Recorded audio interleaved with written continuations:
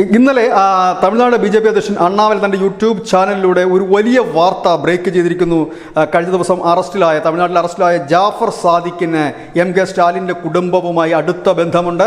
അതിന് വ്യക്തമായിട്ടുള്ള തെളിവുകൾ സഹിതമാണ് അണ്ണാമലൈ തന്റെ യൂട്യൂബ് ചാനലിലൂടെയാണ് ഈ തെളിവുകൾ പുറത്തുവിട്ടിരിക്കുന്നത്. ജാഫർ സാദിഖ് എങ്ങനെയാണ് ഡി.എം.കെ. കുടുംബത്തിലുള്ളവരുമായി ഉറ്റബന്ധം സ്ഥാപിച്ചതെന്ന് വിശദീകരിക്കുന്ന അണ്ണാമലൈ, ജാഫർ സാദിഖിന്റെ അറസ്റ്റിന് തൊട്ടു പിന്നാലെ സ്റ്റാലിന്റെ മകൻ ഉദയനിധി സ്റ്റാലിൻ ഈ ജാഫറുമായി നിൽക്കുന്ന അനവധി ചിത്രങ്ങൾ സോഷ്യൽ മീഡിയയിൽ പോസ്റ്റ് അതെല്ലാം പിൻവലിച്ചിട്ടുണ്ട്. ഒപ്പം തന്നെ ഈ കഴിഞ്ഞ 33 മാസം, അതായത് സ്റ്റാലിൻ അധികാരം ഏറ്റെടുത്തതിന് ശേഷം കഴിഞ്ഞ 33 മാസമായി തമിഴ്നാട്ടിലും മറ്റു സംസ്ഥാനങ്ങളിലും വിദേശ രാജ്യങ്ങളിലുമൊക്കെയായി ലഹരി മാഫിയ വല്ലാത്ത രീതിയിൽ പിടിമുറുക്കിയിരിക്കുന്നു.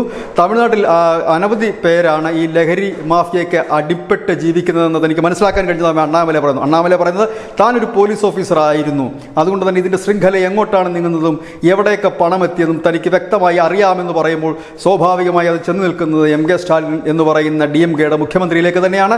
ശരിക്കും അക്ഷരാർത്ഥത്തിൽ സ്റ്റാലിനെ പെട്ടുപോയി എന്ന് തന്നെ പറയേണ്ടി വരും. കാരണം ഇതിനു മുൻപ് അണ്ണാമലൈ കൊണ്ടുവന്നതൊക്കെ അഴിമതി ആരോപണങ്ങളായിരുന്നു. ഇത് അഴിമതിയല്ല, തമിഴ്നാടിനെയും ഒപ്പം മറ്റ് സംസ്ഥാനങ്ങളും ഗ്രഹിച്ചുകൊണ്ടിരിക്കുന്ന വലിയ ഒരു മയക്കുമരുന്ന് മാഫിയയുടെ പ്രധാനപ്പെട്ട കണ്ണി അറസ്റ്റിലാകുകയും ആ കണ്ണിക്ക് എം.കെ. സ്റ്റാലിനുമായി അടുത്ത ബന്ധമുണ്ടെന്ന് അണ്ണാമലൈ പറയുകയും ചെയ്യുമ്പോൾ വരും ദിവസങ്ങൾ തമിഴ്നാട് രാഷ്ട്രീയം മാത്രമല്ല ദേശീയ രാഷ്ട്രീയത്തിലും ഇത് ചർച്ചയായി മാറും. News desk news India Malayalam.